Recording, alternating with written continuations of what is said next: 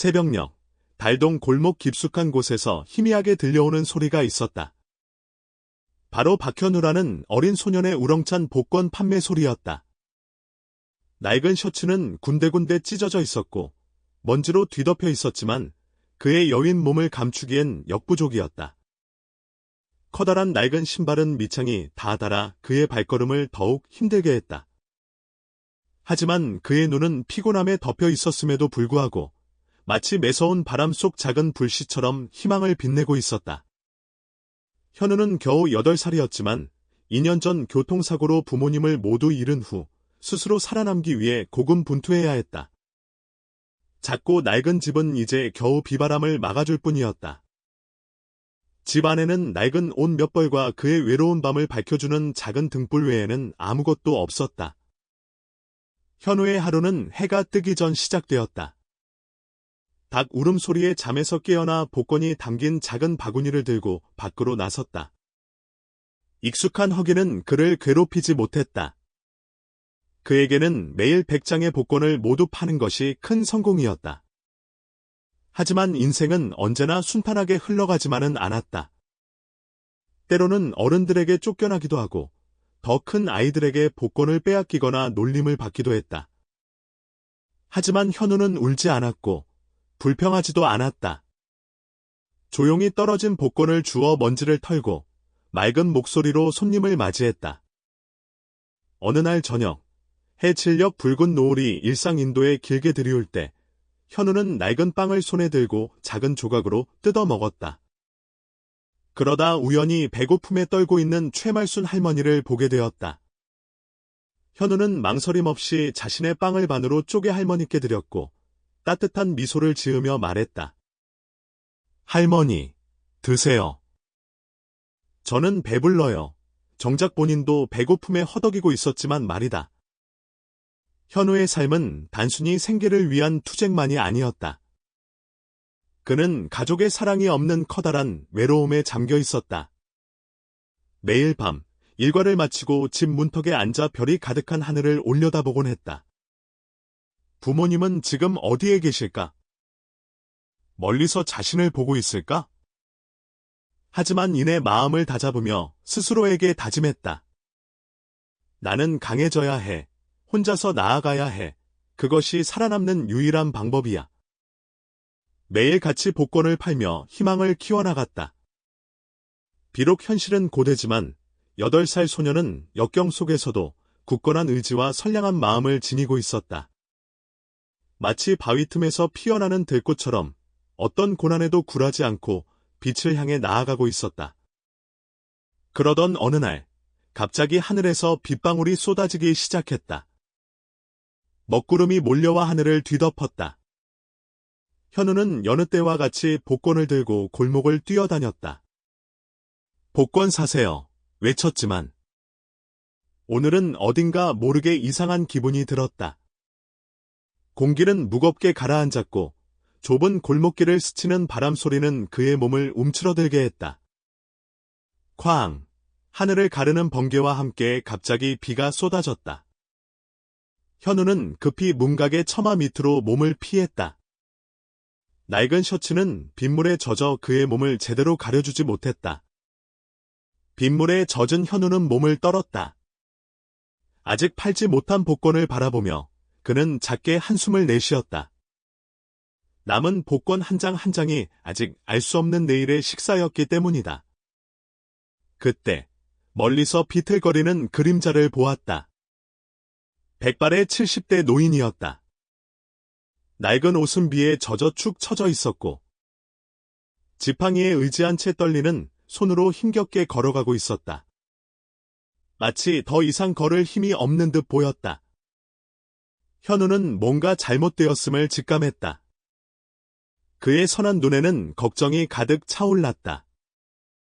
현우는 망설이지 않고 복권 바구니를 내버려둔 채 빗속으로 뛰어나갔다. 할아버지, 괜찮으세요? 빗소리에 묻히는 그의 맑은 목소리가 울렸다. 가까이 다가갈수록 할아버지의 숨소리는 점점 더 거칠어졌고 얼굴은 창백하게 질려 있었다. 할아버지는 대답하기도 전에 다리가 풀려 차가운 바닥에 쓰러졌다. 현우는 깜짝 놀랐다. 할아버지. 정신 차리세요. 할아버지의 어깨를 세차게 흔들었지만 할아버지는 아무런 반응이 없었다. 어찌할 바를 몰라 현우는 도움을 청하기 위해 뛰어나갔지만 사람들은 모두 차갑게 지나쳤고 심지어 나 귀찮게 하지 마. 꼬맹이. 라고 말하는 사람도 있었다. 현우는 입술을 꽉 깨물었다. 그의 눈은 무력함에 젖어 있었다. 그는 스스로 행동해야겠다고 결심했다. 가까운 대중 택시 정류장으로 달려가 택시 한 대를 잡으려 했다. 택시가 멈추자 택시기사는 비에 젖은 작은 아이를 보고 망설였지만 현우는 다급하게 애원했다. 기사님. 할아버지가 저기 쓰러지셨어요. 제발 병원에 데려다 주세요. 돈은 나중에 드릴게요. 기사는 잠시 머뭇거렸지만 단호한 눈빛을 보고 고개를 끄덕였다. 현우는 택시기사와 함께 할아버지를 차에 태웠다. 그는 떨리는 손으로 그동안 모아둔 돈, 겨우 몇만 원을 꺼내 앞좌석에 놓으며 말했다. 돈이 이것밖에 없지만 나중에 꼭 더 드릴게요. 병원에서 현우는 할아버지 곁을 한시도 떠나지 않았다. 간호사들이 할아버지를 응급실로 데려가자 그는 밖에서 초조하게 기다렸다. 손은 걱정에 꽉 쥐어져 있었고 시간은 멈춘 듯했다.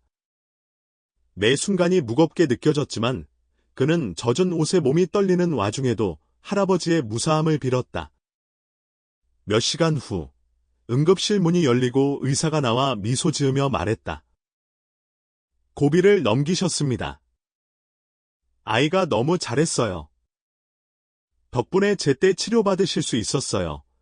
현우는 안도의 한숨을 내쉬었다. 그의 눈은 빛났다. 그는 급히 병실로 달려가 산소 호흡기를 한 할아버지를 바라봤다. 할아버지는 흐릿한 눈으로 현우를 보고는 겨우 목소리를 냈다. 고맙다. 넌 누구냐? 현우는 환하게 웃으며 작은 목소리로 말했다. 저는 박현우예요. 그냥 복권 파는 아이예요. 할아버지께서 쓰러지신 걸 보고 그냥 도와드린 거예요. 편히 쉬세요. 아무 걱정하지 마시고요. 할아버지는 감동에 젖은 눈빛으로 현우를 바라보았다. 가난한 아이의 선한 마음이 그의 마음을 울렸다. 그는 아무 말도 하지 않았지만 이 아이는 결코 평범하지 않다는 생각을 했다. 그리고 이 만남이 두 사람의 인생을 영원히 바꿔놓을 것이라고 느꼈다. 현우의 도움으로 목숨을 건진 김재성 회장은 건강을 회복했다. 병원에 있는 동안 그는 위험을 무릅쓰고 자신을 구해준 착한 아이에 대해 생각했다. 김 회장은 현우에 대해 잘 몰랐지만 그의 눈빛과 행동을 통해 현우가 가난한 아이일 뿐 아니라 귀한 마음과 강한 정신력을 지닌 아이라는 것을 알게 되었다. 퇴원 후 김 회장은 택시기사에게 현우가 복권을 팔던 곳으로 데려가 달라고 부탁했다. 고급 승용차 안에서 그는 달동 골목 구석구석을 둘러보았다. 마침내 그는 복권 뭉치를 들고 사람들 사이를 누비며 복권 사세요 라고 외치는 현우를 발견했다. 김 회장은 차에서 내려 현우에게 다가갔다. 현우는 깜짝 놀라며 물었다. 할아버지, 건강해지셨네요. 왜 여기서 쉬지 않으시고 나오셨어요? 김 회장은 미소를 지으며 자애로운 눈빛으로 말했다. 그래, 나아졌다. 너에게 고맙다고 말하고 싶어서 왔지? 네가 아니었다면 나는 이 자리에 다시 설 수 없었을 거야. 현우는 손사래를 치며 순수하게 웃었다. 아니에요, 할아버지. 저는 누구나 했을 일을 한 것뿐이에요. 할아버지께서 다시 건강해지셔서 정말 기뻐요. 낡은 옷을 입은 채 마른 몸으로 서 있는 아이를 바라보며 김 회장은 가슴이 뭉클했다. 그는 현우를 돕기로 결심했지만 현우가 쉽게 동정심을 받아들이지 않을 거라는 것을 알았다. 그래서 그는 한 가지 아이디어를 떠올렸다. 다음 날 김 회장은 다시 찾아와 현우가 팔고 있던 모든 복권을 사주었다. 뿐만 아니라 그는 현우와 이야기를 나누며 삶에 대해 물었다. 현우의 진솔한 이야기를 통해 김 회장은 그의 강인한 의지에 더욱 감탄했다. 현우는 누구에게도 어떤 것도 구걸하고 싶지 않다고 말했다. 먹고 싶으면 일할 것이고 살고 싶으면 노력할 것이라고 했다. 그는 가난하다는 이유로 동정받고 싶지 않다고 했다. 김 회장은 매일 현우에게 복권을 사주기로 결심했다. 하지만 그것으로 끝내지 않고 현우의 삶을 은밀히 지켜봤다. 그는 현우가 골목 끝 낡은 집에서 전기도, 깨끗한 물도 없이 살고 있다는 것을 알았다. 그는 매일 밤 희미한 등불 아래에서 낡은 신문에서 배운 글자들을 삐뚤빼뚤 적고 있었다. 김 회장은 안타까움을 느꼈지만 동시에 그의 강인한 의지에 감탄했다. 어느 날 김 회장은 현우에게 새옷과 과자 한 상자를 가져다 주었다. 처음에는 현우가 거절했지만 김 회장이 단지 감사 선물일 뿐이라고 말하자 감사하는 마음으로 선물을 받았다. 현우는 말했다. 고맙습니다. 하지만 일하지 않고는 무엇이든 받지 않겠습니다. 김 회장은 고개를 끄덕이며 미소를 지었다. 더욱 현우를 귀하게 여겼다. 시간이 흐르면서 현우와 김 회장의 관계는 더욱 깊어졌다. 현우는 김 회장을 친할아버지처럼 여겼고 김 회장은 현우를 친손자처럼 대했다. 김 회장은 자신의 파란만장했던 인생 이야기와 젊은 시절 배운 교훈을 현우에게 들려주었다. 그는 자신도 현우처럼 가난했고 힘든 삶을 살았지만 의지와 믿음 덕분에 역경을 이겨내고 지금의 성공을 이룰 수 있었다고 말했다. 현우는 존경심 가득한 눈빛으로 김 회장의 이야기를 경청했다. 저도 할아버지처럼 되고 싶어요. 열심히 일하고 사회에 도움이 되는 사람이 되고 싶어요. 하지만 제가 그런 기회를 잡을 수 있을지 모르겠어요. 그는 희망에 찬 작은 목소리로 말했다. 김 회장은 현우의 어깨를 다독이며 격려했다.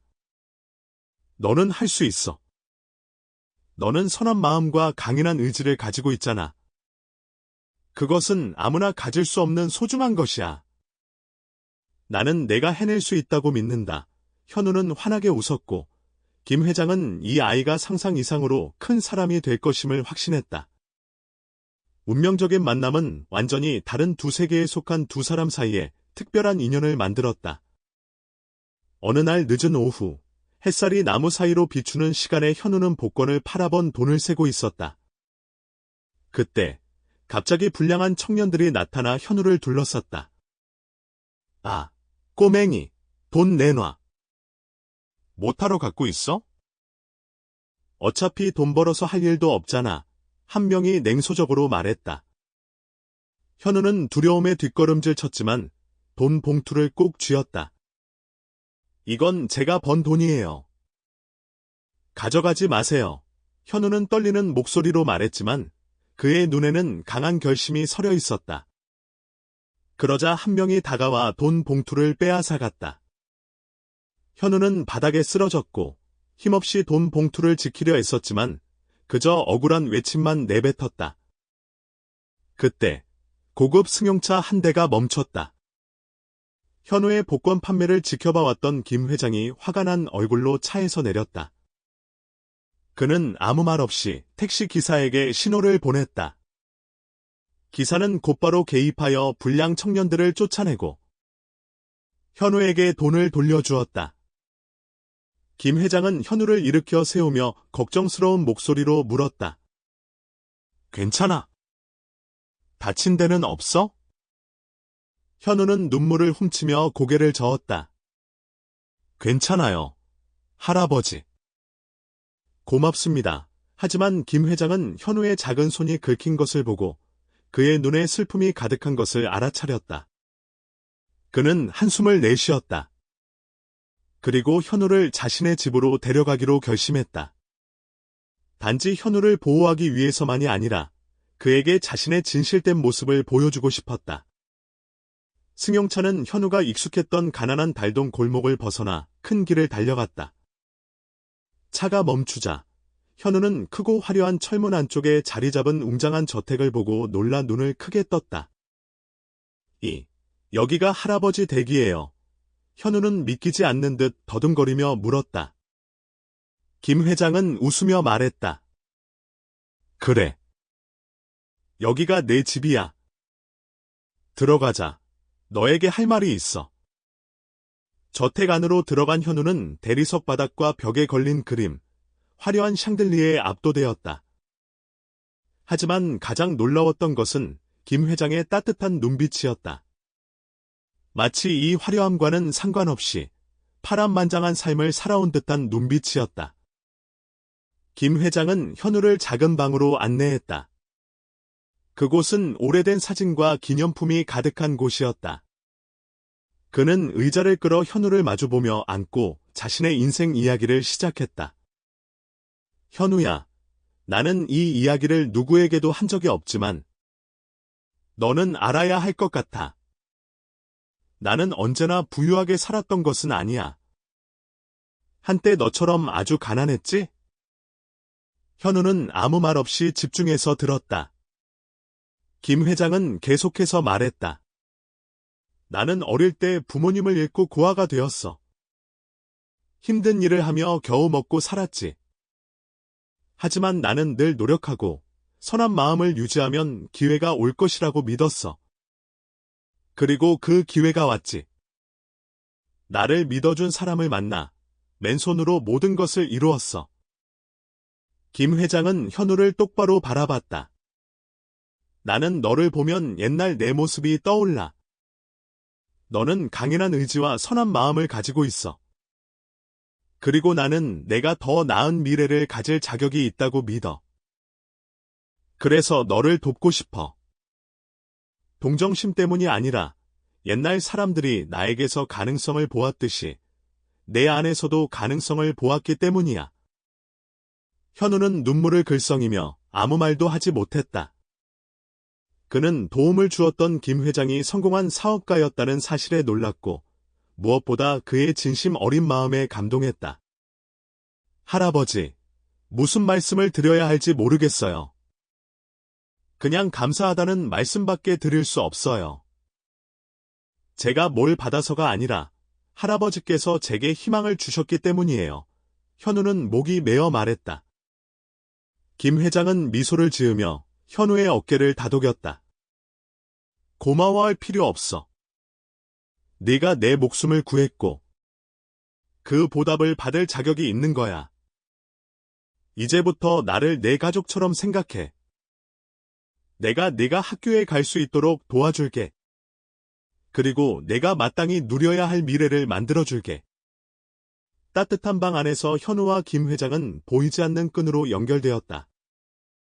그것은 단순히 감사함만이 아닌 서로의 마음을 나누고 미래를 향해 나아가고자 하는 희망이었다. 김 회장의 이야기는 현우의 인생에 새로운 장을 열어주었고 그가 상상하지 못했던 기회를 가져다 주었다. 운명적인 만남 이후 세월이 흘렀다. 현우는 더 이상 낡은 옷을 입고 젖은 길거리에서 복권을 팔던 아이가 아니었다. 김 회장의 도움과 지도 덕분에 그는 학교에 다니고 훌륭하게 성장하여 뛰어난 성적으로 대학을 졸업했다. 그리고 김 회장이 설립한 회사에서 일하고 있었다. 김 회장은 큰 자부심을 느끼며 현우를 격려하고 그의 발걸음을 응원했다. 하지만 나이가 들면서 그의 건강은 점점 악화되었다. 어느 날 현우가 정기검진을 위해 그를 병원에 모시고 갔을 때 김 회장은 갑자기 현우의 손을 잡고 떨리는 목소리로 말했다. 현우야, 할아버지가 너에게 말하고 싶은 게 있다. 이제 시간이 얼마 남지 않은 것 같지만 내가 이렇게 멋지게 자라서 내 유산을 이어나갈 사람이 되어줘서 정말 기쁘다. 현우는 눈물을 참지 못했다. 할아버지. 그런 말씀 마세요. 제가 항상 할아버지 곁에 있을 거예요. 현우는 울먹였다. 일주일 후, 김 회장은 현우를 저택으로 불렀다. 이번에는 가르침을 주기 위해서가 아니라 마지막 약속을 지키기 위해서였다. 그는 현우를 서재로 데려갔다. 그곳은 그의 삶의 기록과 서류가 가득한 곳이었다. 책상 위에는 현우의 미래라고 적힌 서류 뭉치가 놓여 있었다. 김 회장은 말했다. 현우야, 이것은 내가 평생 일궈온 모든 재산과 회사, 그리고 유산이야. 나는 이것을 모두 너에게 물려주고 싶다. 단지 너를 부자로 만들고 싶어서가 아니라 내가 이것을 이용해 세상을 더욱 아름답게 만들어주기를 바라기 때문이야. 현우는 충격을 받아 말을 잇지 못했다. 할아버지, 왜 제게 이런 것을 주시는 거예요? 저는 자격이 없어요. 저는 그저 할아버지의 도움을 받은 가난한 아이일 뿐이에요. 김 회장은 웃음을 터뜨렸지만 목소리에는 진심이 담겨 있었다. 너는 옛날처럼 가난한 아이가 아니야. 너는 용감하고 나에게 이 세상에 선함이 여전히 존재한다는 것을 보여준 사람이 되었어. 너는 열심히 노력했고, 배웠고, 누구보다 더 많은 것을 누릴 자격이 있어. 나는 그저 내가 꿈꿨던 너와 같은 사람들에게 기회를 주고 세상의 가치를 창조할 수 있는 사람이 되도록 도우는 것뿐이야. 현우는 아무 말도 할 수 없었다. 그는 할아버지 앞에 무릎을 꿇고 사랑과 존경이 가득한 눈으로 할아버지의 늙은 손을 잡았다. 할아버지, 절대 실망시키지 않겠습니다. 열심히 일하고 할아버지께서 제게 주신 모든 것을 제가 겪었던 어려운 상황에 놓인 아이들을 돕는 데 쓰겠습니다. 몇 년 후, 현우는 그 회사의 젊은 CEO가 되었다. 하지만 가장 특별한 점은 현우가 회사를 운영하여 이익을 창출하는 데만 몰두하지 않았다는 것이다. 그는 김 회장의 이름을 딴 자선재단을 설립하여 가난한 아이들을 돕는 데 힘썼다. 장학금을 지원하고 외딴 농촌 지역에 학교를 설립했다. 현우는 자신이 겪었던 어려운 시간을 잊지 않았고 김 회장이 자신에게 해주었던 것처럼 다른 아이들에게도 희망을 주고 싶었다. 어느 날 현우는 자신이 자랐던 달동 골목을 방문했다. 익숙한 길에서 복권 뭉치를 들고 햇빛 아래 복권을 파는 어린 소년을 보았다. 현우는 다가가서 소년의 모든 복권을 사주고 함께 밥을 먹었다. 소년의 놀란 눈빛 속에서 현우는 자신의 옛 모습을 보았다. 비록 힘들지만 희망과 선한 마음을 지닌 아이였다. 현우는 미소를 지으며 부드럽게 물었다. 너는 꿈이 있니? 소년은 머뭇거렸지만 곧 대답했다. 학교에 다니고 싶지만 엄마가 돈이 없다고 하셨어요. 현우는 고개를 끄덕이며 말했다. 나도 그랬단다. 하지만 누군가 나를 도와줬지. 그리고 이제 내가 너를 도울 거야. 네가 배우고 싶다면 내가 어른이 될 때까지 지원해 줄게. 소녀는 눈을 크게 뜨며 어안이 벙벙했지만 곧 환하게 웃었다. 그 순간 현우는 선함의 고리가 계속 이어지고 있음을 느꼈다. 김 회장의 유산은 단순히 물질적인 것이 아니라 사랑, 의지, 그리고 역경을 이겨낼 수 있는 힘을 알려주는 교훈이었다. 이야기는 현우가 밝은 햇살 속에서 나아가는 모습으로 끝을 맺는다. 그의 뒤에는 가난한 아이들이 희망과 나눔의 상징처럼 손을 흔들고 있다.